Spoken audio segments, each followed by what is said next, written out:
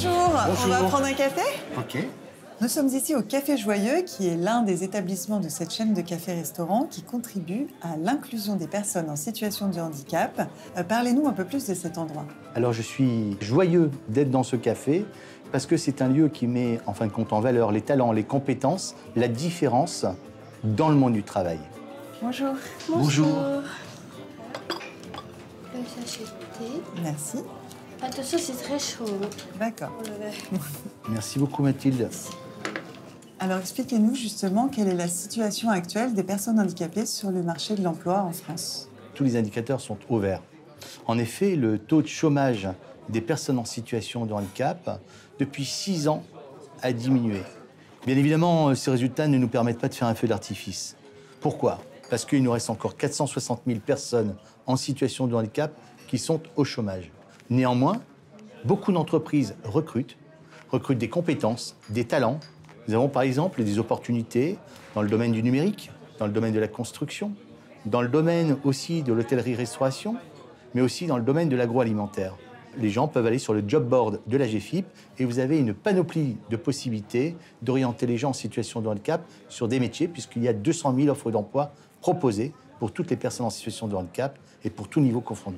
Et alors comment on peut encore accélérer cette évolution? Accélérer cette inclusion et le maintien en emploi des personnes en situation de handicap passe, à mon avis, par 3 choses. Cesser les préjugés sur les personnes en situation de handicap, mettre en avant les compétences. Handicap et travail ne sont pas incompatibles.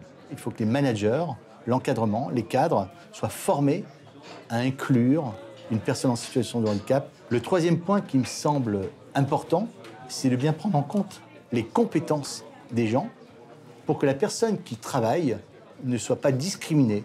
Et donc, quelles sont les préconisations de la CFE-CGC? La CFE-CGC préconise de pérenniser l'AGFIP, qui est le fonds qui compense les situations de handicap pour les personnes issues du privé.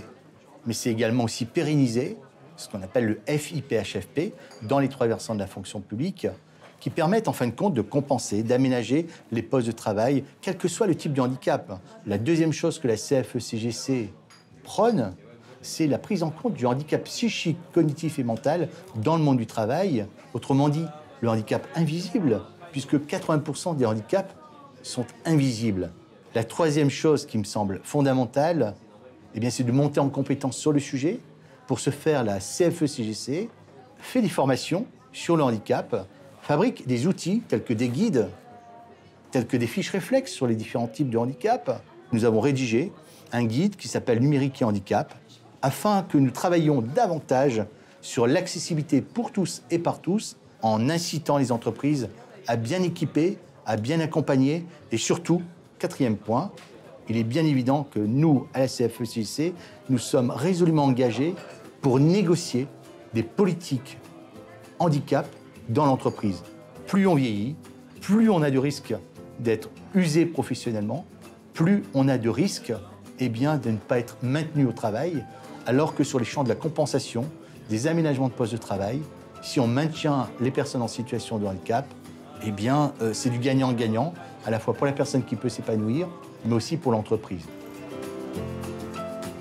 Pour une véritable égalité des chances, ensemble, activons le progrès.